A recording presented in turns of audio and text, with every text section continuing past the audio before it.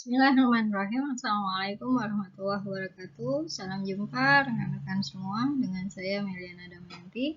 Kali ini kita di pertemuan yang cukup berat menurut saya. Itu ya, penyelesaian perselisihan ketenaga kerjaan.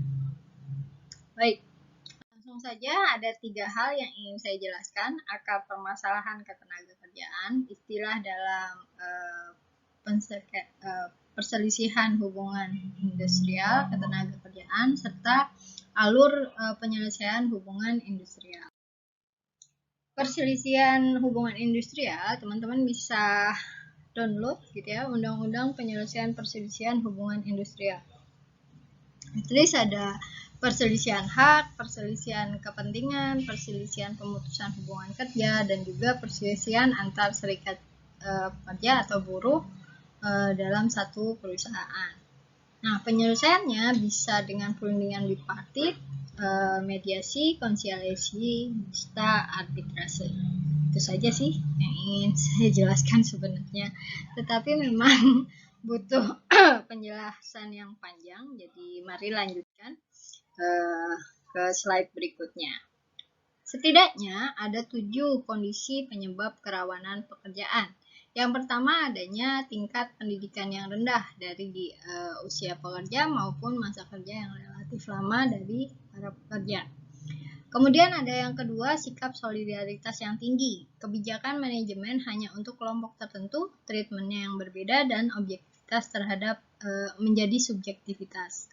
Kemudian adanya kesenjangan sosial dan ekonomi. Perbedaan benefit antara manajemen dan staf sangat mencolok. Terjadi situasi pengelompokan intelektualitas dan tidak ada kepedulian. Kemudian komunikasi tersumbat, saran dan kritik dikebiri. Nah, ini biasanya satu arah aja gitu ya, instruksi saja. Saluran komunikasi tidak tersedia, pimpinan tidak sensitif, pendekatan yang dilakukan secara moral dan secara formal dan kedinasan. Kemudian yang kelima, meningkatnya kesadaran hukum pekerja. Jadi satu sisi kalau pekerjaannya tambah pintar, terutama melek hukum, maka perusahaan itu menjadi wanti-wanti, menjadi lebih hati-hati, waspada. Dan sikap pengusaha yang tidak konsisten dalam melaksanakan hukum atau peraturan. Tuntutan kebutuhan pekerjaan yang meningkat, sementara kenaikan biaya hidup dan bertambahnya tanggungan dari pekerja. Kemudian adanya link internasional, adanya kegiatan provokasi dari LSM atau Serikat Buruh Internasional. Baik, saya lanjutkan. 5 langkah mengatasi kerawanan pekerja. Yang pertama adalah pelaksanaan peraturan perundang-undangan secara konsisten dan konsekuen. Kemudian komunikasi antara pekerja dan pengusaha secara periodik, dia bagus 2 jalur gitu ya. Kemudian mendukung organisasi non formal, dia ada kegiatan-kegiatan yang mendukung kesejahteraan pekerja. Kemudian juga meningkatkan ketahanan perusahaan melalui penyuluhan secara formal maupun informal, serta memperhatikan terhadap kesejahteraan dari pekerja. 11 hal penyebab keluh kesah: mutu manajemen lemah, kurang pembinaan human relation, peningkatan kesejahteraan hukum diterapkan secara egois, tidak memperhatikan hak dan kewajiban. Kemudian pendapatan rendah, hidup berkekurangan, pendidikan rendah, tidak mau dirubah. Persaingan tidak sehat, saling curiga dan saling menjatuhkan. Nah, ini bahaya ya. Kemudian perubahan sistem kerja, teknologi, hubungan tidak harmonis, batasan dan peraturan tidak jelas, pembinaan lemah, serta kecemburuan sosial. Jadi ini kurang lebih dalam lingkungan satu pekerjaan itu, kalau yang tidak sehat akan terlihat seperti ini. Jadi kalau teman-teman besok bekerja, diamati gitu ya kondisi-kondisi ini. Harapannya tidak terjadi di lingkungan kerja teman-teman sekalian. Kemudian 3 tuntutan pokok biasanya yang diminta oleh pekerja atau buruh melalui serikat pekerja atau serikat buruh adalah tolak outsourcing. Biasanya outsourcing itu lebih rendah gitu, harus misalnya pengeluaran 25 juta, dia bisa dengan menggunakan outsourcing itu hanya butuh 8 juta gitu ya. Untuk sebuah perusahaan itu menguntungkan, tapi dari sisi tenaga kerjanya itu sangat merugikan. Kemudian hapus politik upah murah dengan penerapan upah minimum sesuai angka kebutuhan hidup layak. Jaminan kesehatan seumur hidup bagi pekerja dan keluarganya dengan iuran ditanggung pemberi kerja. Baik, sekarang kita masuk ke bagian pendefinisian ya. Jadi, hubungan industrial merupakan keterkaitan kepentingan antara pekerja dan buruh dengan pengusaha, berpotensi meningkatkan perbedaan pendapat bahkan persisian antara kedua belah pihak. Ya, adanya kepentingan yang berbeda antara pengusaha dan pekerja. Perselisihan hubungan industrial terjadi perbedaan pendapat yang mengakibatkan adanya pertentangan antara pengusaha dan atau gabungan pengusaha dengan pekerja atau gabungan pekerja. Karena adanya perselisihan mengenai hak, perselisihan mengenai kepentingan, perselisihan pemutusan hubungan kerja, dan juga perselisihan antar serikat pekerja dalam satu perusahaan. Ini ya. Jadi ini yang biasa terjadi, perselisihan hak, perselisihan PHK, perselisihan kepentingan, dan juga perselisihan antar serikat. Apa itu yang dimaksud perselisihan hak? Yaitu perselisihan yang timbul karena tidak terpenuhinya hak buruh akibat adanya perbedaan pendapat atau penafsiran terhadap ketentuan peraturan perundang-undangan, perjanjian kerja, peraturan perusahaan, atau perjanjian kerja bersama. Misal, buruh ini ketika tanda tangan itu adalah mendapatkan gaji bulanan, tetapi kenyataan dia mendapatkan gaji harian. Artinya kalau dia nggak masuk di hari tertentu, maka gajinya dipotong, padahal misalnya dia harus dapat 2 juta. Kemudian karena dia nggak masuk, karena satu keperluan tanpa izin, dikurangi gitu ya. Kurangi hal tersebut. Atau misalnya dia lupa absen, nah dia dikurangi gitu ya. Ini masuk dalam perselisihan hak. Apalagi kalau ini tidak dijelaskan ketika sedang bargaining position dalam wawancara. Kemudian yang kedua adalah perselisihan kepentingan. Timbul karena adanya kelalaian atau ketidakpatuhan salah satu pihak dalam melaksanakan ketentuan normatif yang telah diatur dalam perjanjian kerja. Dalam kontrak kerja, misalnya diminta pakai seragam, ternyata nggak pada pakai seragam gitu ya, karena mungkin sudah nggak pas lagi, sementara tidak ada komunikasi gitu ya. Maksudnya si pekerjanya itu udah badannya tambah gemuk gitu ya, atau tambah berat badannya bertambah, tapi bajunya tetap aja segitu gitu. Jadi dia kan nggak muat gitu, mau nggak mau kan dia nggak bentar ya. Dia mau nggak mau kan bajunya nggak bisa dipakai gitu. Sementara nggak ada jalur komunikasi antara pekerja dengan perusahaan, sehingga terjadi perselisihan kepentingan. Kenapa nggak pakai baju seragamnya? Padahal sudah diminta untuk menggunakan baju seragam. Ini contoh. Kemudian perselisihan PHK, perselisihan yang timbul karena tidak adanya kesesuaian pendapat mengenai pengakhiran hubungan kerja yang dilakukan oleh salah satu pihak. Kemudian perselisihan antar serikat buruh adalah perselisihan antar serikat buruh dengan yang lainnya dalam satu perusahaan. Karena kemarin kan di pertemuan sebelumnya saya sudah jelaskan bahwa sebuah serikat kerja bisa terdiri dari 10 orang gitu ya. Jadi kalau misalnya di sebuah perusahaan itu ada 200 orang, dia buat berbagai serikat buruh gitu ya, karena kemungkinan bisa banyak kan ya. Nah itu kemudian terjadi perselisihan. Nah ini yang dimaksud dengan hal tersebut. Dikarenakan tidak adanya kesesuaian paham mengenai keanggotaan, pelaksanaan hak kewajiban dalam serikat buruh tersebut. Saya lanjutkan ya.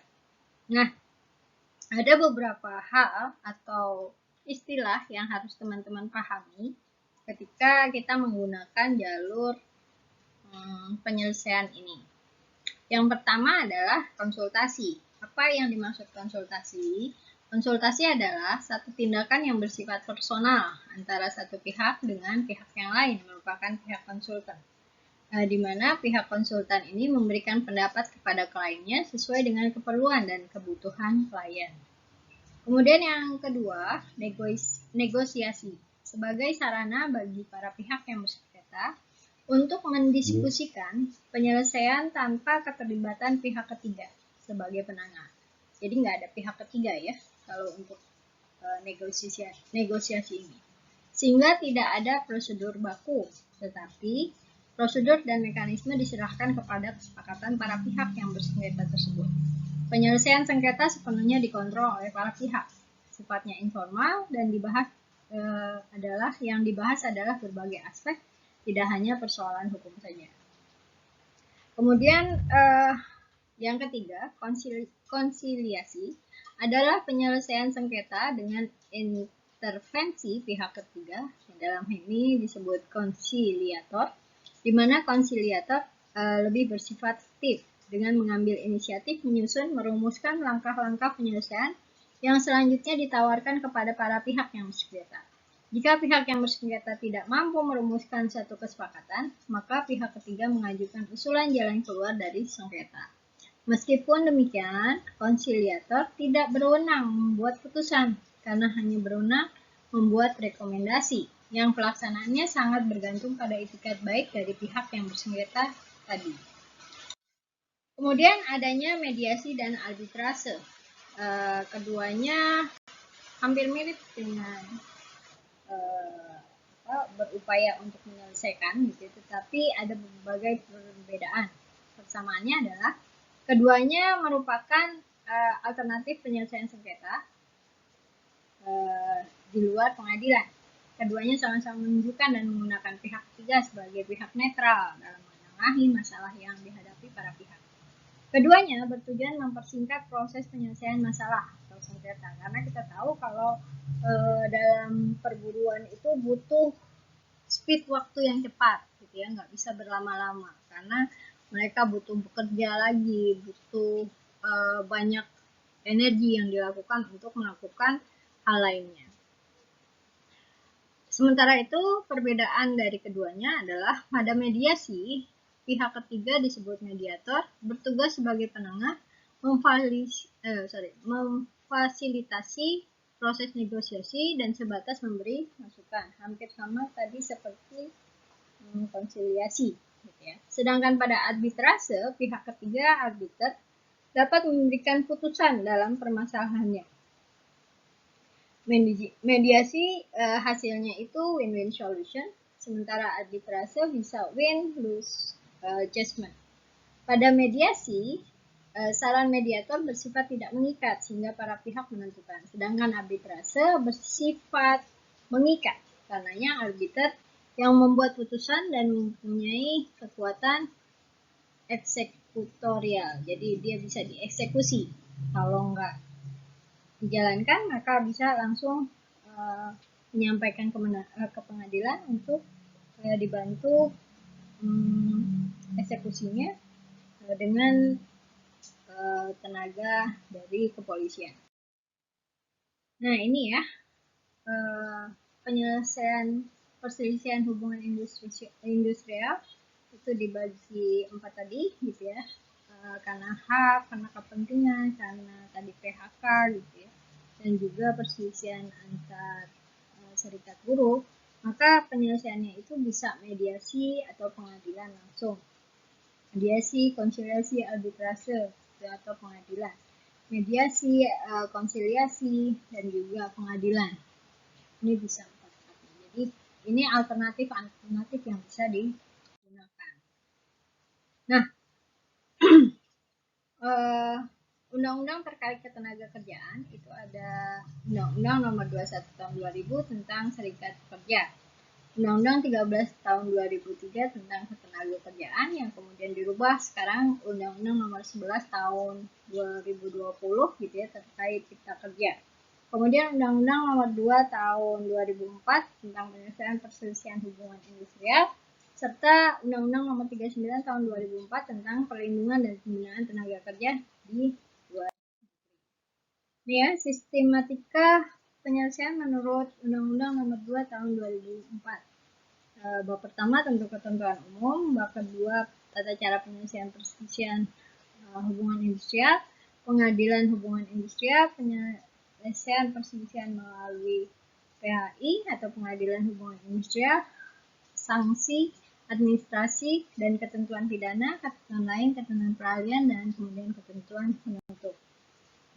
Ini yang nanti akan dijelaskan oleh rekan saya gitu ya, lebih lanjut dan lebih dalam hal tersebut.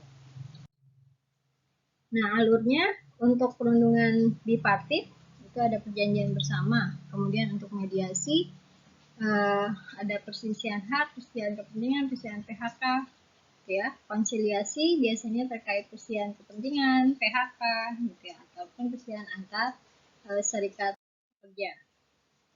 Nah, ini juga arbitrase terkait kepentingan dan juga perselisihan antar serikat pekerja. Nah, ini alurnya, ya teman-teman lihat.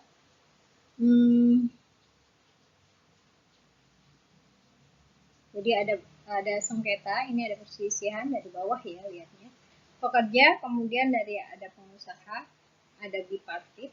Nah, bipartit ini perwakilan dari pekerja dan perwakilan dari pengusaha. Jadi kan dua, ya, dua parti, dua pihak. Ya, ketika tidak disepakat maka melanjutkan ke tahap berikutnya. Tapi kalau sepakat maka dibuat perjanjian bersama, didaftarkan ke pengadilan hubungan industrial, kemudian dibuat akta bukti, ya, perjanjian bersama. Bagaimana kalau mediasi gitu ya? Nah, ini kita lihat untuk mediasi tadi kan sudah dijelaskan ya mediasi itu apa. Dua pilihan penyelesaian akan ditawarkan oleh instansi ketenagakerjaan, konsiliasi, atau arbitrase. Jika tidak memilih, maka menggunakan mediasi. Paling lama 30 hari, mediator akan mengeluarkan anjuran. Jika tidak sepakat, maka langsung ke pengadilan hubungan industrial. Jika sepakat, maka terjadi perjanjian bersama. Akan didaftarkan pada PN setempat sebagai akta bukti pendaftaran perjanjian. Kemudian untuk konsiliasi, lagi-lagi ini ditawarkan oleh instansi ketenagakerjaan jika tidak memilih ke mediasi, jika tidak memilih arbitrase nanti akan diselesaikan arbitrase. Tapi kalau ke konsiliasi maka paling lama 30 hari harus ada anjuran, tidak sepakat maka dia ke PHI, pengadilan hubungan industrial. Jika sepakat maka ada perjanjian bersama, didaftarkan dan kemudian ada buktinya. Ini juga arbitrase, demikian. Jika dia memilih arbitrase maka 30 hari gitu ya, mengeluarkan anjuran sesuai dengan pasal 30.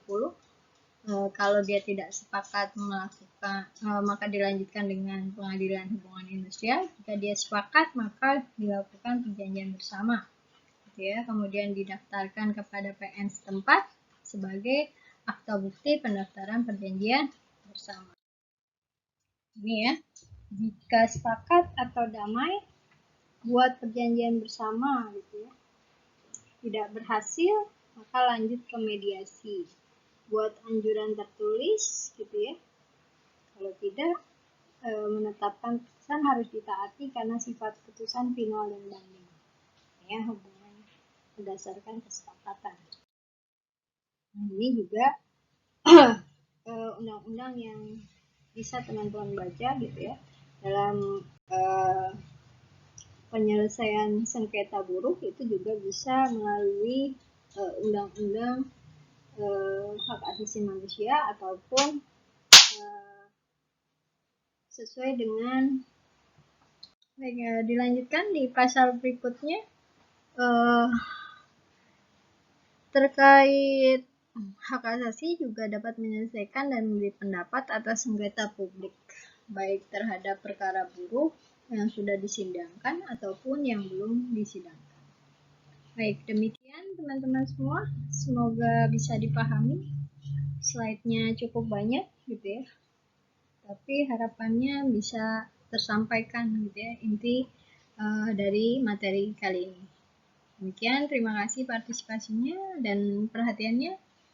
Saya akhiri. Assalamualaikum warahmatullahi wabarakatuh. Salam jumpa untuk pertemuan berikutnya.